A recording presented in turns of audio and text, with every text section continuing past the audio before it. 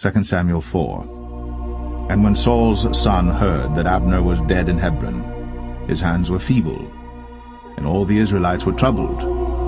And Saul's son had 2 men that were captains of bands. The name of the one was Baanah, and the name of the other Rechab, the sons of Rimmon, a Beerothite, of the children of Benjamin.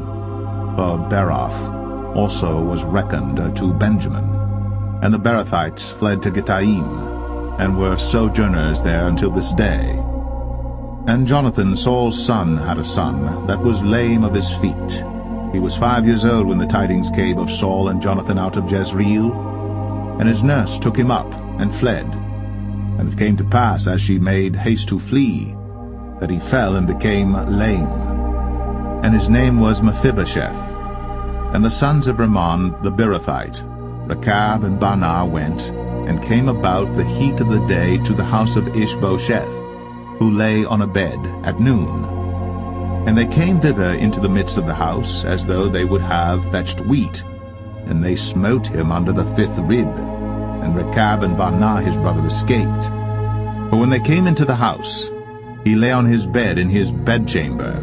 And they smote him, and slew him, and beheaded him, and took his head, and gat them away through the plain all night. And they brought the head of Ishbosheth unto David to Hebron, and said to the king, Behold, the head of Ishbosheth, the son of Saul, thine enemy, which sought thy life.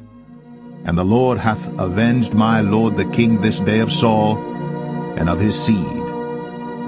And David answered Rechab and Baanah his brother, the sons of Rimmon the Beerothite, and said unto them, As the Lord liveth, who hath redeemed my soul out of all adversity?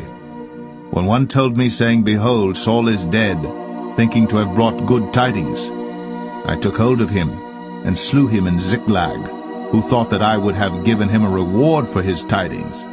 How much more, when wicked men have slain a righteous person in his own house upon his bed? Shall I not therefore now require his blood of your hand, and take you away from the earth? And David commanded his young men, and they slew them, and cut off their hands and their feet, and hanged them up over the pool in Hebron. But they took the head of Ishbosheth, and buried it in the sepulchre of Abner in Hebron.